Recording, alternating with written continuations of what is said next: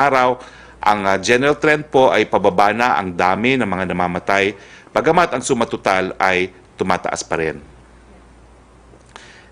Walang kaduda-duda po, napakataas na ng inakyat ng mga numero ng ating mga kababayan na nakaka-recover po sa sakit na COVID-19. Ito naman po makikita natin na bagamat marami pa ring mga bagong COVID cases, ang pagtaas naman po ay hindi masyadong matarik. At makikita rin natin na yung mga nagre-recover ay pataas na po ang numero, ang mga namamatay ay parang pareho lang po on a daily basis.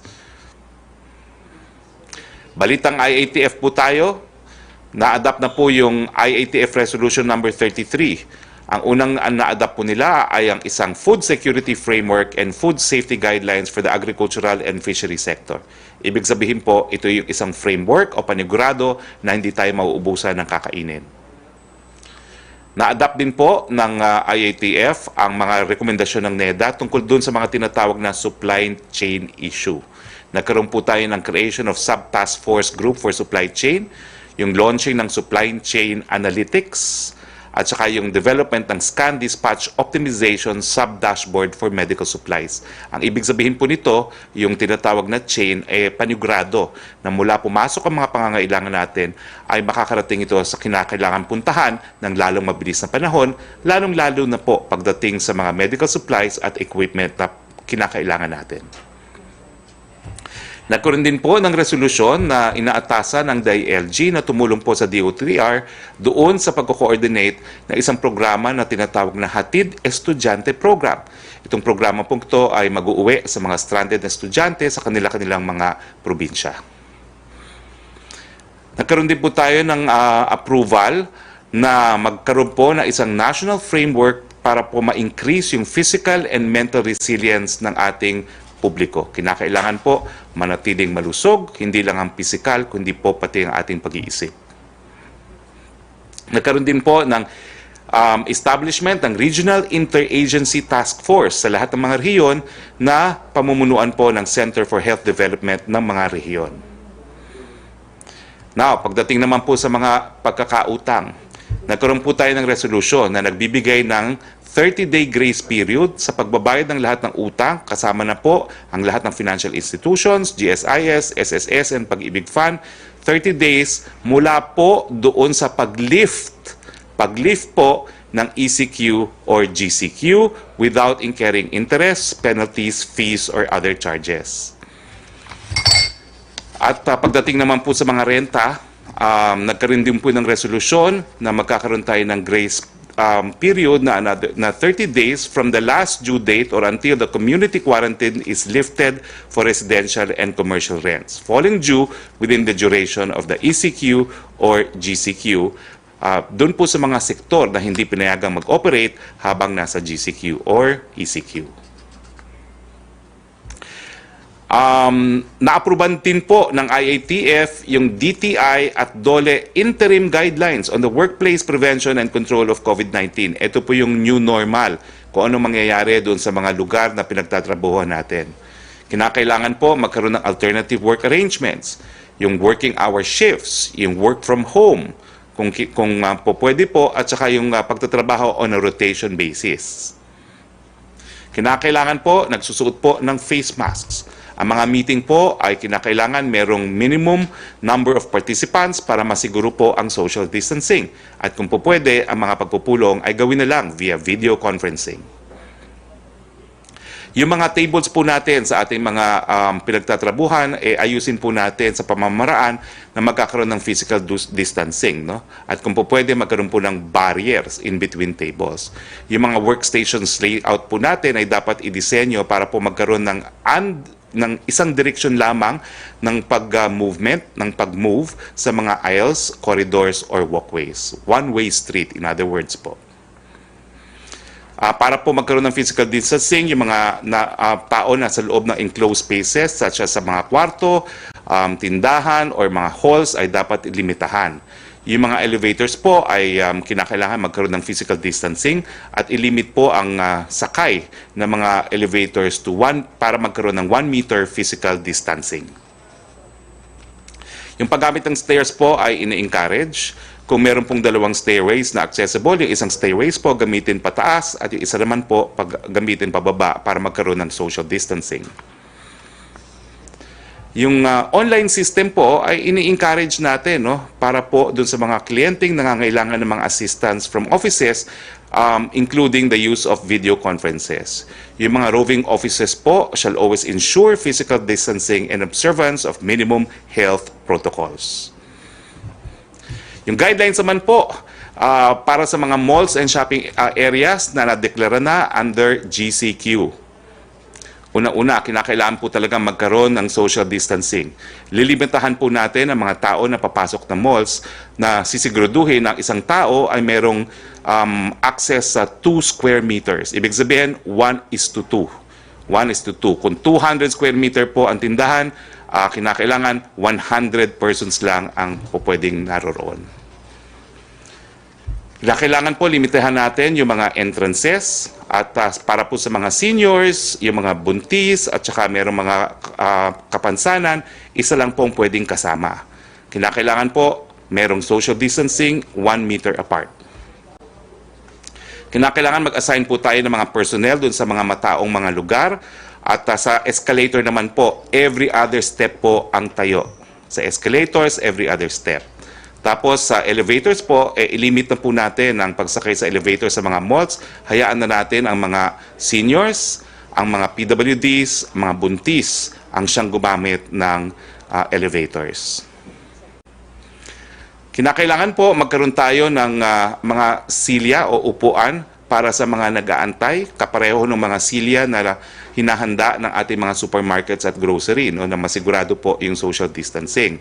Kinakailangan magkaroon po tayo ng mga one-way flow para po ma-decongest yung mga pila at kinakailangan po increase natin ang police visibility. Kinakailangan magkaroon po tayo ng centralized pick-up location sa mga delivery service providers. Ang aircon po hindi dapat malamig, 26 degrees, at wala po dapat wifi dahil kapag malamig at may wifi, marami pong tatambay.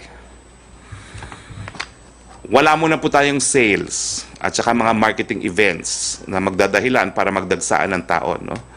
At kinakailangan mag-implement pa po tayo ng iba pang mga hakbang gaya po ng express lanes kung kinakailangan. Now, na-issue rin po kahapon ng ating Presidente ang Executive Order number 114. Ito po ay yung sa Balik Probinsya Bagong Pag-asa Program as a pillar of balanced regional development. Ibig sabihin, yung polisiya po na pinangungunahan ni Senator Bongo, pinapatupad na ngayon po sa executive branch of government. Nagkaroon po tayo ngayon ng bagong Balik Probinsya, Bagong Pag-asa Council. Pinamumunuan po ito ng ating Executive Secretary. Ang Vice Chairperson po ay ang Secretary ng NEDA at saka ng NEDA po ang magiging Vice Chairman. At ang miyembro po ng komite ay halos lahat po ng mga kalihim ng iba't ibang mga departamento. Sa immediate term po, magbibigay po ng financial and non-cash assistance ang DSWD para dun sa gusto ng umuwi. At ang napag-alaman ko po na 2 probinsya na ang tatanggap ng mga babalik probinsya, ang probinsya ng Leyte at ang probinsya ng Camarines Sur. Ang magbibigay po ng transportasyon ay ang Department of Transportation, pero ang staging area po ay dyan po sa opisina ng National Housing Authority dahil ang General Manager po ng NHA ang siya ring magiging Executive Director ng Balik Probinsya Program. So meron na po tayong mga allowances, meron na tayong mga sasakyan, at meron na tayong koordinasyon sa mga local government units. Pero yung long term naman po, kinakailangan magkaroon tayo ng policy shift. Yung batas po isusulong ni Senator Bongo. Magkakaroon po tayo ng mga bagong eco-zones dun sa mga iba't ibang lugar na mga nasa probinsya at magkakaroon po tayo ng ERA review at syempre po i-consider rin natin yung increase ng population sa probinsya at kinakailangan magkaroon ng bagong census sa COMELEC.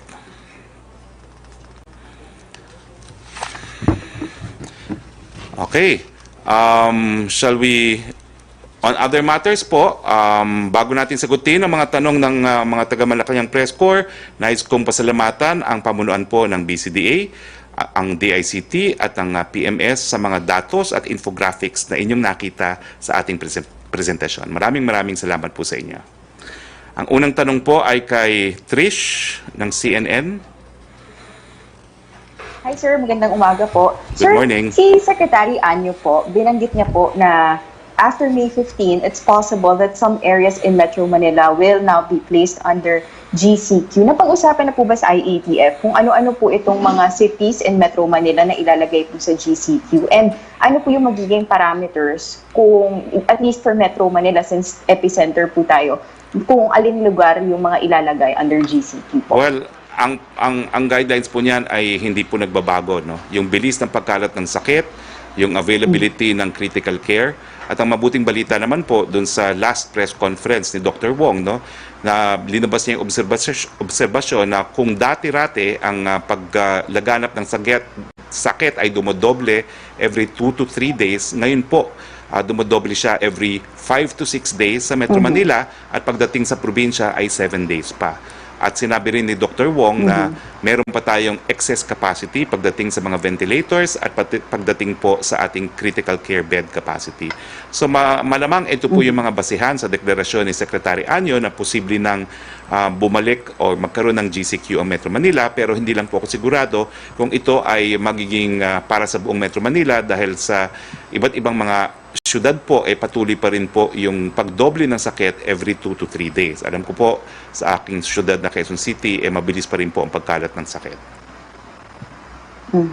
So, sir, most likely chosen cities lang. And at the same time, sir, ito po, may report po na nagbabanggit na yung waiting time daw po sa MRT, posibleng umabot na ng 2 to 3 hours. Ano po yung pwedeng maging action ng Malacanang or IATF about this? Will you be asking specific agencies like MMDA, DOTR to provide transportation, sir? And at the same time, sir, kung dadami naman yung mga sasakyan sa kalsada, hindi po ba mas lalala naman po yung traffic? Well, kaya nga po may imumungkahi ako mismong personal, no, sa IATF, pero hayaan nyo munang imungkahi ko muna sa susunod na pagpupulong ng IATF. Pero tama po kayo, dahil nga po kinakailangan mag-social distancing, kung ngayon 30 minuto yung pag-antay sa MRT, talagang lalo pa pong hahaba yung pag-antay na yan kung hindi natin pupunuin ang mga MRT at LRT.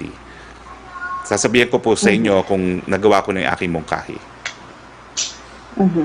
Secretary, doon naman po sa issue ng ABS-CBN franchise, many law experts are saying that this is now beyond legal questions, legal matters, and it's become more political in nature. That's one, sir. And at the same time, sir, kung halimbawa, i-strip off natin or isantabi natin lahat po ng technicalities surrounding the franchise and looking at the people na maaapektuhan po. For example, may mga nagtatanong po na empleyado, paano na yung mangyayari sa trabaho nila sa mga susunod na buwan? Probably, sir, yung mga anak could also be wondering if they could still enroll sa kanilang mga paaralan. Paano yung mga breadwinner na doon umaasa, yung mga talents na umaasa lang po sa umaasa po sa kada shoot.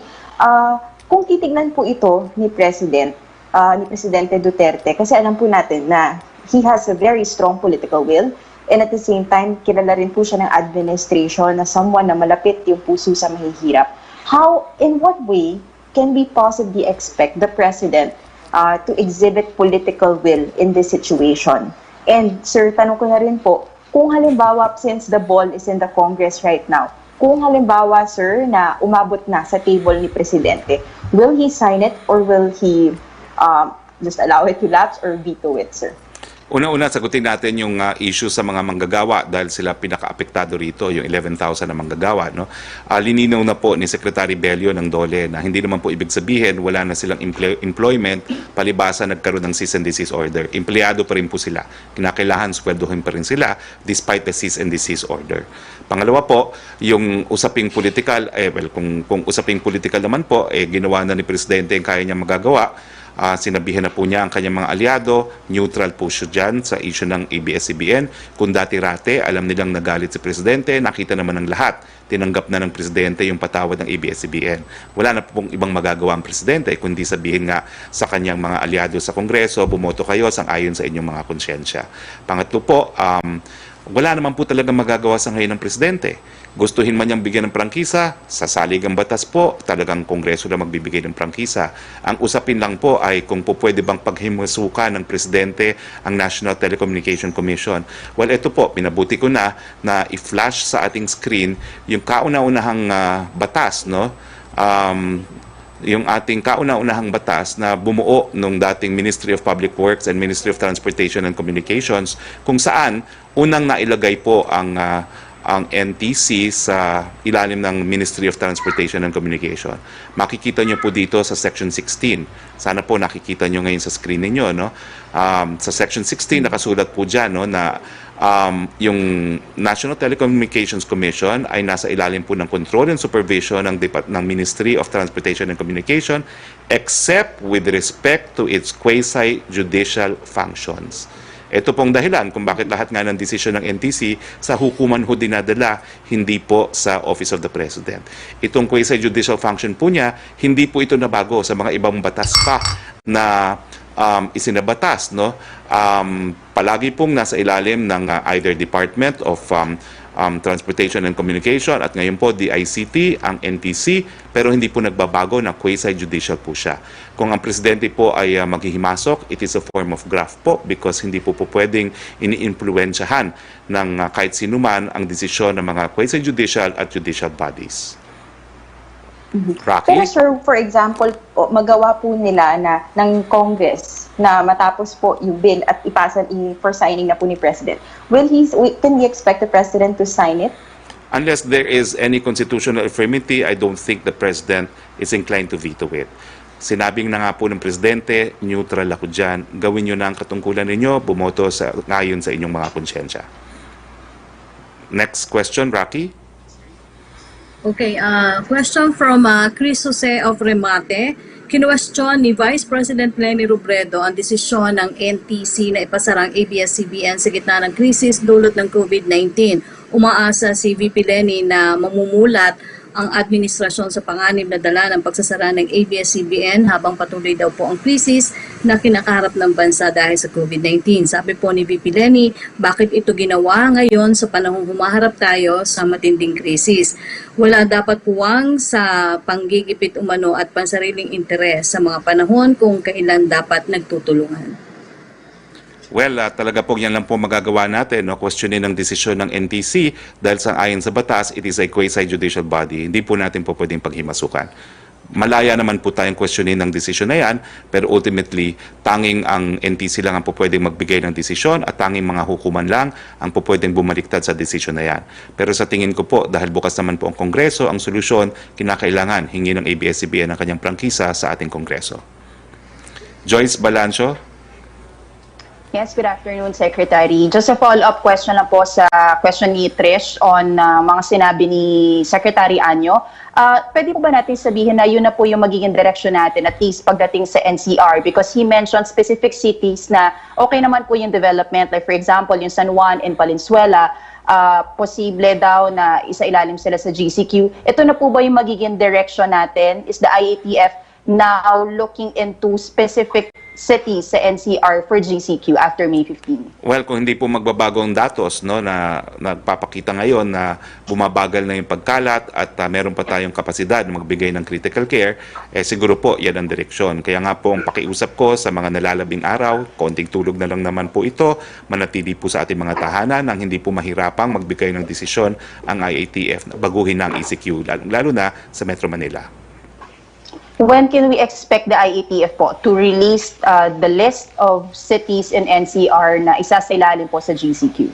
Well, the ECQ will end on May 15, so I suppose it will be a few days before May 15 dahil kinakailangan mag-transition din tayo to GCQ, no, para dun sa mga areas na po pwede na mag-GCQ. Ganyan naman din po ang ginawa natin bago matapos yung original ECQ nung 30 na Abril. Update lang po, Secretary. You mentioned before that there are at least 7 other places or provinces also requesting for them to be placed under ECQ. May update na po ba ang IATF if these were denied or approved? Wala pa po. It's matters to be taken up in the next meeting. If I'm not mistaken, the next meeting is on tomorrow, Friday. So nandun po tayo. On ABS-CBN lang, sir, does the Paras think that the Congress is at par with its job of, really representing the people who elected them? Because I'm asking this, sir, because there are a lot of statements of support for ABS-CBN pouring in at this time, coming from different organizations, press corps, groups, and even, ordinary citizens. If you just look at social media, you will see a lot of statements of support calling for the renewal of the franchise of the network. Sir, should Congress not ignore these statements if they really want to prove that they are staying true to their oath, that they will be serving only the interests of the people who elected them? I think that's a matter that is better left to be answered by Congress. No? But having been myself a part of the House of Representatives, ang masasabi ko lang po, at ang presidente rin natin ay naging kongresista rin, hindi naman po bulag, hindi naman bingi ang inyong mga representante sa hinaing ng mga taong bayan. Should they Rocky? not ignore? Okay. Sir? Should they? Should they not ignore Well, these nasagot ko na po statements yan. of support? Sa aking eksperyensya po at ang eksperyensya rin ng ating presidente nung kami po ay parehong nasa Kongreso, hindi naman po nagbubulag-bugalagan, hindi nagbibigibingihan ang mga congressman sa hinaing ng kanilang constituents. Thank you, sir. Rocky? What?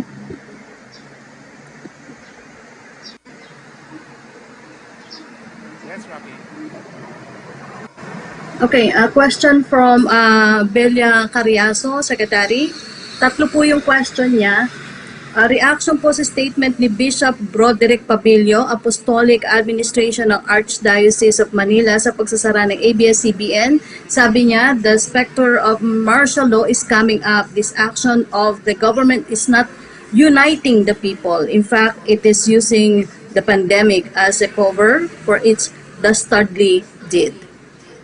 Respeto po natin ang desisyon ni Bishop, pero ang katotohanan po, bukas po ang Kongreso, bukas po ang ating Supreme Court at ating ibang mga hukuman. Bukas po ang mga media outlets, bukod lang po sa ABS-CBN dahil nawalan nga siya ng prangkisa. So sa tingin ko po, malayong-malayo tayo sa sitwasyon ng martial law noong 1972. Ang second question niya, even Foreign Affairs Secretary Teddy Boy Locsin Jr. reacted on the shutdown of ABS-CBN, saying it's a shame for the National Telecommunications Commission and the House of Representatives. Ano po ang masasabi ng palasyo dito na maging opisyal ng gobyerno na naniniwalang kahihiyan umano sa NTC at Kamara ang ginawa sa ABS-CBN? Wala naman po kaming reaksyon dahil yan po ay personal na opinion ni Secretary Locsin. We leave it at that. May mga residente daw po sa Barangay Talipapa, partikular sa Villa Sabina Subdivision, ang nagrereklamo na hindi man lang sila nabigyan ng SAP form. Ngayon ang distribution ng 8,000 na ayuda sa barangay Talipapa, pero wala pa daw pong nag-iikot para mamigay ng form sa SAP. Ano po ang payo nyo sa kanila? Tumatawag daw po sila at nagte-text sa hotline ng barangay, pero wala naman daw pong response. Siguro dumiretso na po kayo sa DILG, no, kay Undersecretary Dino, dahil siya po ang Undersecretary for Barangay Affairs. Parating niyo po kay Undersecretary Dino yun yung reklamo. Si Joseph Morong, please.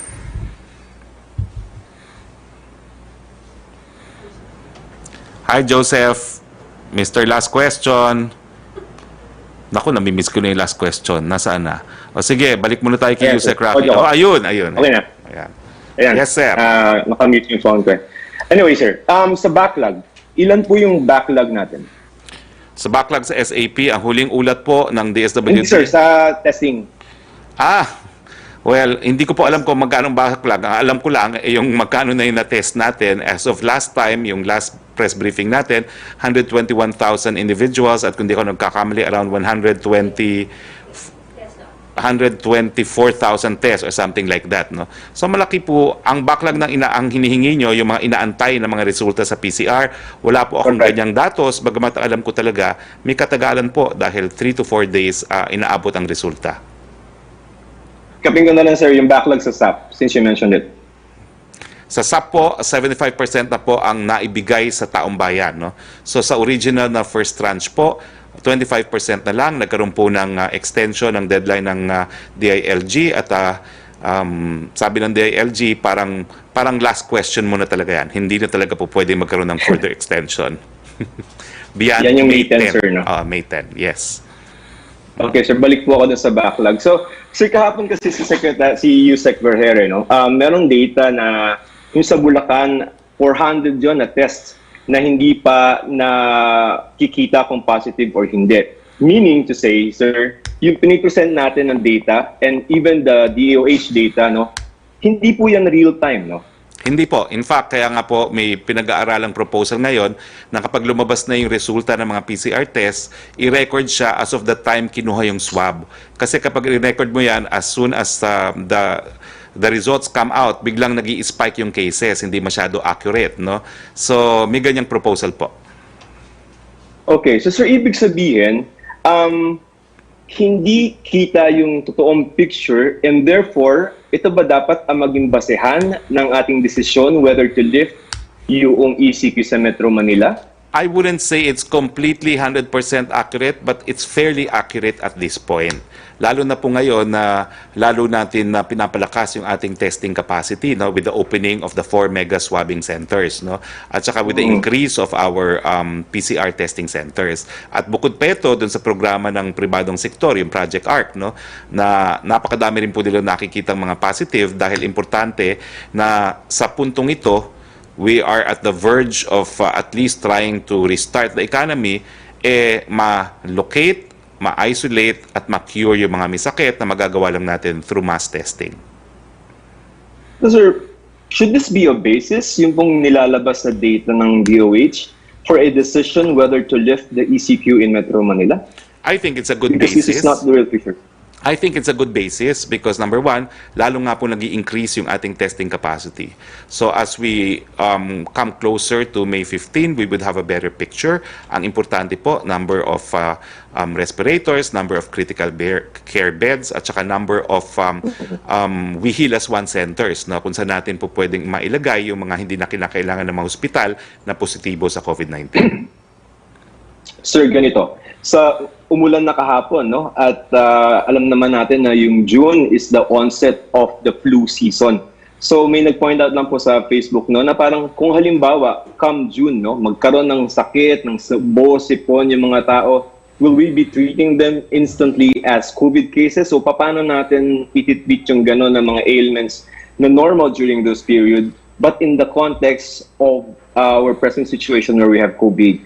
Paano yun, sir? Well, all I can say, Joseph, is we're aiming to reach 30,000 per day of PCR testing, no? Para nga mas mabuti ang ating gauge kung gaano kadami na yung may sakit. At as we increase our capacity to test, we're also increasing our capacity to locate, to isolate, and cure those with COVID-19.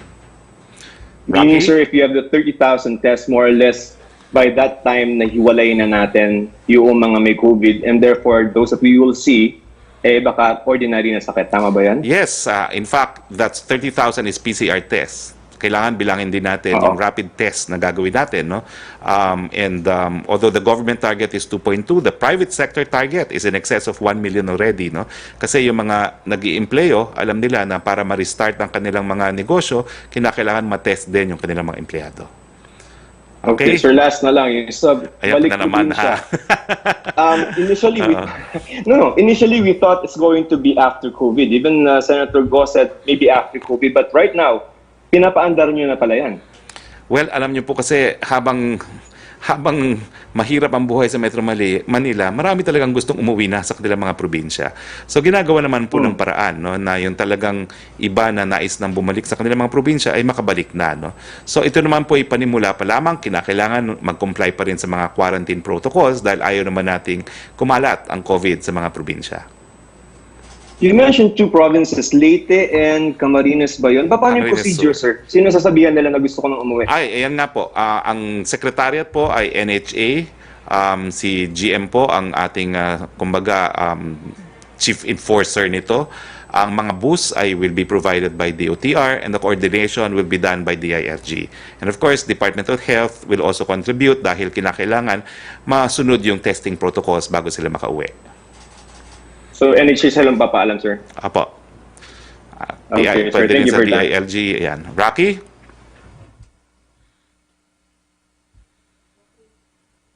Yusek Rocky. Okay, sino yan? Sige, habang wala pa si Yusek Rocky, si Mr. Wang Zheng ng CCTV. Mag-i-English tayo dito kasi dito na nanagalog. Okay. Hello, Wang. I would like to focus on the ECQ issue. I would like to know if we would like to lift the ECQ, do we have any kind of indicators to help us to determine we can do so or not? Like, let's see if we have any kind of indicators like how many days we have a continuously decrease of the confirmed cases or something like that. We've actually approved in the IATF a decision-making guide, no, on when to actually lift the ECQ and impose GCQ.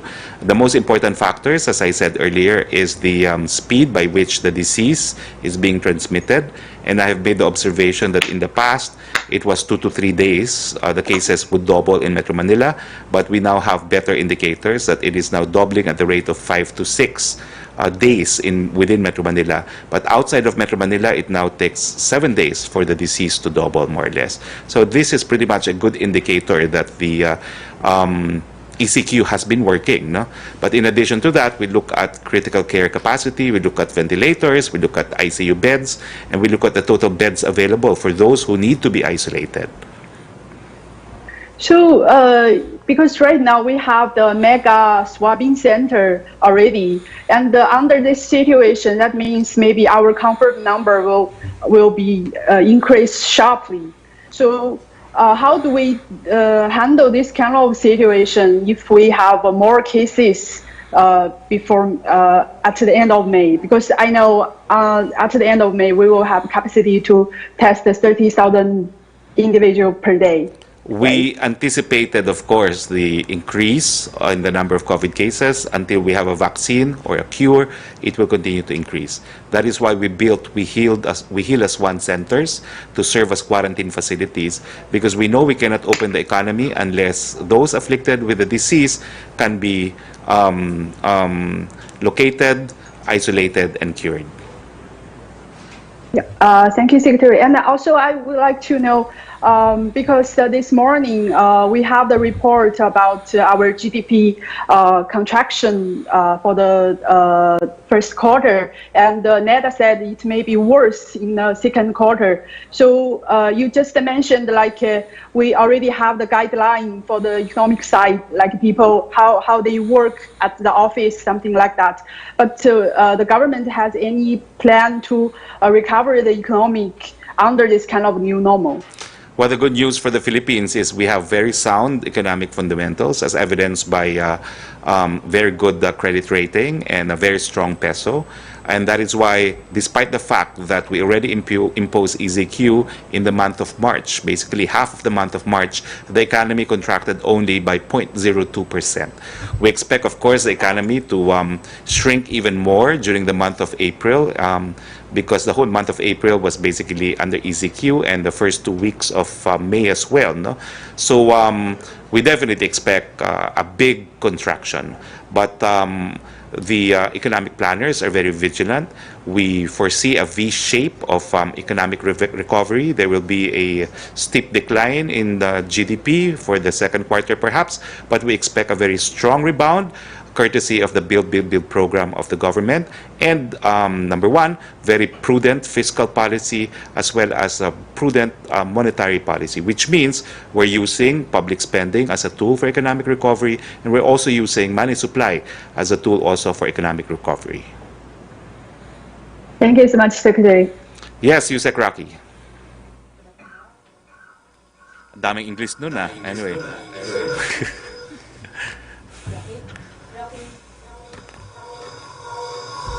Wala pa rin si Yusek Rocky. Who is next? Melo. Melo Acuña. Melo. Good afternoon, Secretary. Yes, go good ahead. afternoon. I hope you can hear me now. Yeah, I can hear you loud and Good clear. afternoon. Good afternoon. Good. Maganda yung balita tungkol doon sa balik probinsya. Walang problema yung uuwi sa probinsya. Ang tanong ko lang muna, ano yung daratnan sa probinsya? Ano yung daratnan nila sa probinsya? Well, alam niyo po, lahat naman yung mga, lalong-lalo yung mga probinsya na may GCQ, medyo nagkaroon na po sila ng panahon, no, para magkaroon ng economic activity. So, mas buhay po yung mga nasa GCQ ngayon kaysa dito sa mga areas na nasa ECQ. So, sa tingin ko po ngayon, mas maraming mga pagkakataon sa mga probinsya. At alam nyo kasi dito sa ECQ, naging karanasan natin, talagang pagdating sa pagkain, mas matindi ang problema dito sa mga syudad, gaya ng Metro Manila kaysa sa probinsya. Ang probinsya palaging may gulay, no? Hindi sila nagugutom. Pero dito sa Manila talaga, kung walang ayuda, ay mas maraming nagugutom. So tingin ko po, alam din ng nagnanais na bumalik probinsya na mas may oportunidad na tayo ngayon sa mga probinsya at lalong-lalo na doon sa pagdating sa pagkain, mas less likely silang magutom sa probinsya kaysa dito sa syudad. Ngayon po, sa tanong ko na, maliban sa contact tracing, gaano na po kalawak ang nagawa ng pamahalaan para maunawaan yung COVID-19? Sapagkat sa press briefing ni Governor Andrew Cuomo kagabi, binanggit niya na sa New York, nalaman nila na karamihan ng mga pasyente na napasok sa ospital ay hindi umalis ng bahay, hindi sumakay ng public transport. So maybe makakatulong ito para sa pag-unawa natin kung meron tayong angkop na pananaliksik sa mga pinagmulan ng ating mga COVID-19 positive cases. Melo, I Number think one. I have to defer to Yusek Vergere on that point because I'm not a doctor, no? I'm not an epidemiologist, no? I can only speculate, no, like you. So, please ask that of Yusek Vergere in her press con this afternoon. Okay. Ngayon po, ang Malaysia, nanghuli sila ng mga migrants kamakailan. Would you have any idea kung meron mga Pilipinong nadakip dahilan sa, if I recall it right, si Mindanao Development Authority Chair Manny Piñol lumiham doon sa Malaysian, sa Sabah Governor na huwag munang ipatapon pabalik sa Pilipinas yung undocumented Filipinos. Would you have any idea kung kumusta yung ating undocumented Filipinos sa Sabah?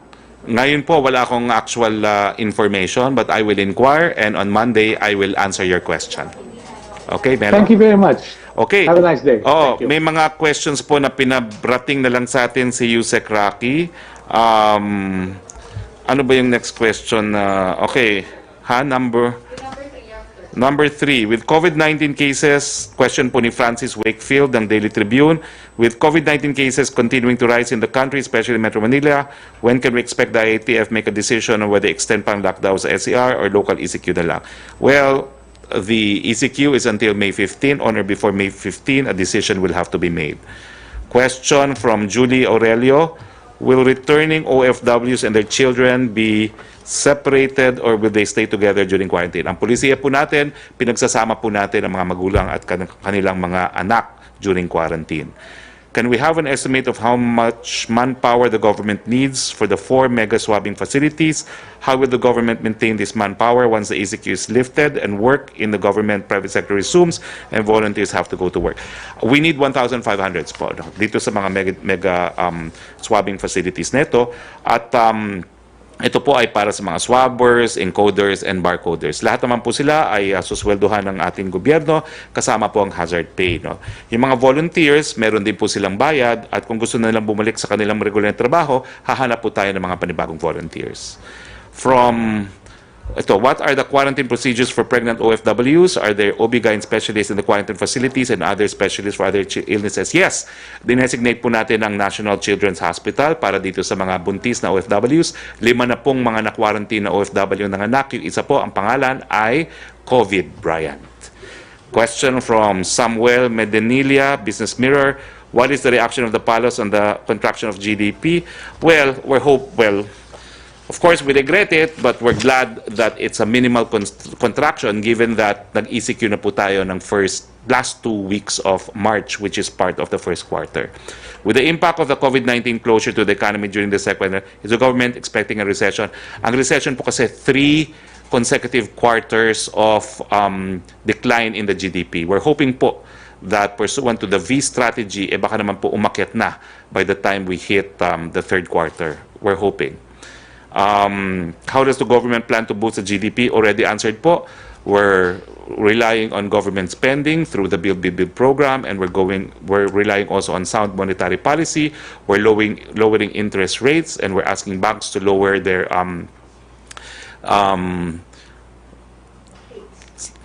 hindi lang interest rate, meron pa isa, yung kanilang deposit, so that more money will be available in the economy. Question from Jeneline Kabiling, Manila Bulletin. Would the President sign into law or veto? Already answered po. Unless there's any further constitutional infirmity, I don't think he will veto. No? Pero depende po yan. Dahil speculative din yan, wala pa po yung bill or the law. No? Why has the President decided to keep a neutral stance on ABS-CBN? Why can't he openly declare his support for ABS-CBN, reopening to counter his previous stance against the network? Well, malinaw naman po yan. No? Independiente at co-equal branch of government ang Kongreso. Ayaw naman niyang diktahan. It's enough that he has cleared the air. He is now neutral as far as the franchise of ABS-CBN is concerned. How will you address criticism the government prefers the reopening of POGOs over ABS-CBN that employs thousands of workers? Naku, hindi po apples to apples yan. Ang POGOs po, ang kinikita natin dyan, 600 million a month in regulatory fees alone, no? 22 billion pesos a year in income, and 180 in withheld income tax alone. No? So, and of course, in terms of employment, 35,000 po ang Pilipino na nag-i-employo dyan sa mga POGOs. Pero importante po, yung kikitain natin sa POGO na mahigit 1 bilyon kada buwan ay pupunta po lahat sa COVID-19. So, since there are no further questions, I'm sorry we lost contact with Yusek Roque, but thank you very much, Yusek Roque. And maraming salamat, Pilipinas. As usual, keep safe and healthy. Ako po ang inyong Spox, Harry Roque. Magandang tanghali po sa inyong lahat.